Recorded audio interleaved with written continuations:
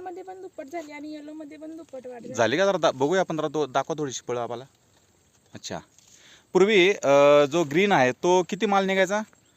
पूर्वी निघायचा 30 किलो. अच्छा, नंतर बॉक्सची फवारणी केल्यापासून 100 वर गेला. म्हणजे जवळजवळ 2.5 पट वाढ झाली. 2.5 पट वाढ झाली. अच्छा, आणि ह्या येलोमध्ये? येलो मध्ये 40-50 किलो निघायचा. हा, अच्छा. हा, नंतर बॉक्सच्या फवारणीनं 100 वर गेला.